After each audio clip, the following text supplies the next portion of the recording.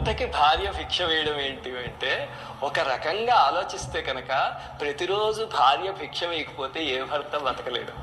ఆలోచించి చూడండి ఒకసారి. సామాన్యంగా మగవాడికి ఒక రకమైన అహంకారం ఉంటుంది. నేను సంపాదించి తెస్తున్నాను, ఇంట్లో నా భార్య ఏం చేస్తుంది, పొద్దు నుంచి సాయంత్రం వరకు ఖాళీగా కూర్చుని ఏదో ఎంత వంట వండి పెడుతుంది, ఏమిటి పెద్ద చేసేసేది అని. ఆ అహంకారం మాత్రం ఎప్పుడూ వద్దు. భార్య స్థానం భార్యదే.